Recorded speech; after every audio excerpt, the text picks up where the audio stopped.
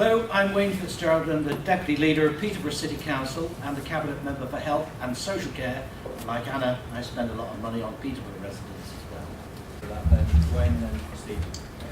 I'll come from this from a completely non-clinical, non-medical background, and I'm more concerned about what it all means for patients. You will know, or Rob will know, and members of the hospital board, I'm not a fan of targets because I think they're unrealistic. They put pressure on people in the health service to meet targets for the sake of meeting targets. Because if you happen to go to A&E one day in winter where there are more sick people than there were the week before, providing that it's a safe and people are being triaged in order of their severity, some other people with a broken finger will quite frankly have to wait. Because that's reality. People and the public's expectation of what the medical profession, particularly in the acute sector, will deliver, in my view, is not realistic. And I know it goes perhaps against government policy, but I'm not a fan of the A&E targets. What I'm actually concerned about, or what the public would be concerned about, is their mum, their granny, their uncle, their son, their daughter, safe when they go to A&E. That's really what it's about. And I think that's the reassurance, and I'm pretty confident that what is on offer, certainly in Peterborough I can speak about, and I think that's what we should be saying. Yes, it's challenging, but I think also the fact is demand is outstripping resources. It's as simple as that. But I know in Peterborough we've got some additional resource going into A&E at the hospital, and I'm trying to fathom out, is it a question of, when we talk about getting the doctors to the front line, is it that there aren't enough of them? Or is it being poorly managed? Or actually, no, it's all good, but demand is what's causing the delay. And if we're triaging that demand in order of priority, so that people are safe, because you hear these horror stories about people being left in corridors, etc., that is unacceptable. But I think we need some reassurance that whilst the target may be short, people are actually safe when they visit our hospitals. Caroline, do you want any observations on that? I agree with you, Wayne, and you might not like targets, but it is a good proxy for treating the patient within 4 hours. We should always aspire to do our very, very, very best, but sometimes they are unrealistic. In terms of peak surges and things like that, I mean, the answer to your question is all of the things you've mentioned are what we need to do. We need to do all of the things. We need to get doctors to come down more. It's a combination of not having enough doctors some days, but having enough doctors, but then being preoccupied with very sick patients on wards. So it's not as if they're sat there just not coming to ED. They're busy doing their own clinical workload. And I suppose part of it is that the obsession with targets for their own sake. Yes. But some of the construction of some of those targets is built around what would constitute safety. In other words, I get that. thinking cancer treatment target times is fundamentally driven about what would be. But that's about prioritising. Yeah. I'm sure we do that in emergency departments as well. And people sometimes don't get that there are seriously, if you go in there with blood spurting out of you, or you're having a heart attack, as I've had, I want to be seen now. The fellow with the broken finger can frankly wait. Stephen and then James, and then I think we'll move on to the Wayne. I could pick up where Anna left off because we share some of the same thoughts, but again, it's a very complex issue. We have now the moment today, and what Anna alluded to in terms of the future, which has got to be a fundamental shift in terms of where the NHS funding goes to in terms of stopping people going into hospital in the first place.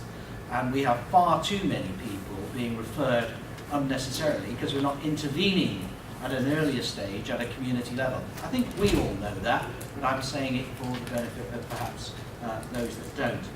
We have a broken health and social care funding model in this country that is unsustainable. It cannot go on. So we must all do our best and lobby politicians to make those changes, and I'm hoping that some good news will come with the Green Paper, particularly on social care and that 10-year NHS plan. There's been lots more money going in, but it's a complicated issue. Our immigration policies as a country are wrong. We're preventing people that we need to come and work here, not necessarily from the EU but elsewhere, that can come and work in our health and social care services, because at the moment we will never have enough people in the pond we're fishing in to fill, for example, the 100,000 vacancies that we've got in care workers alone at the moment.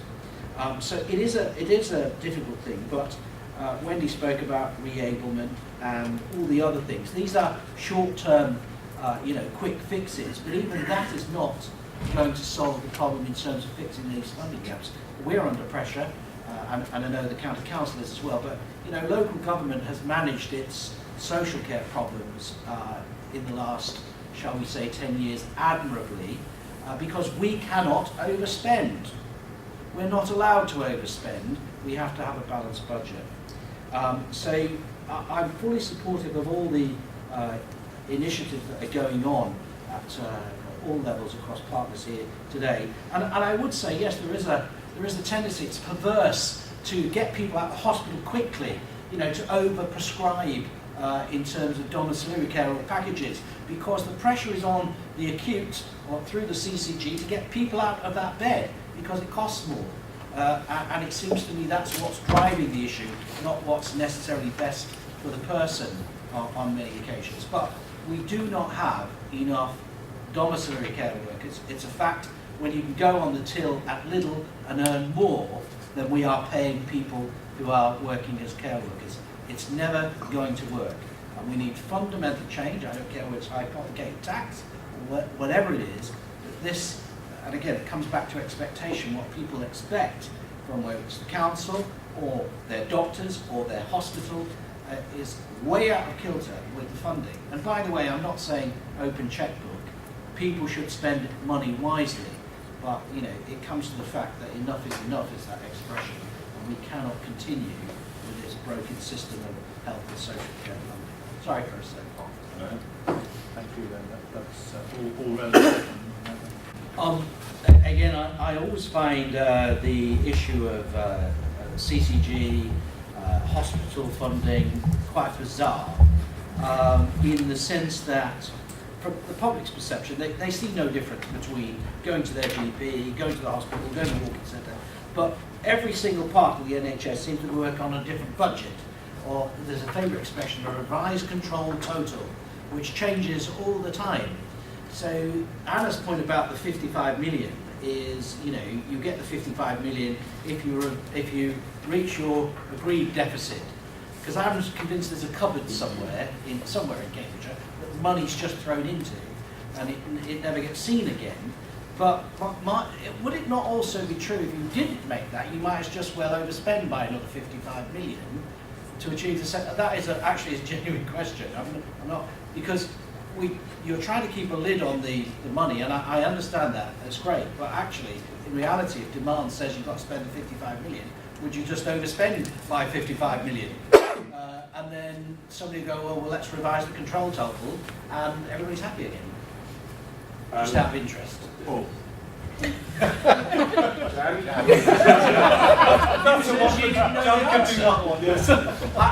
a genuine question. I'm just trying to think how to answer it succinctly.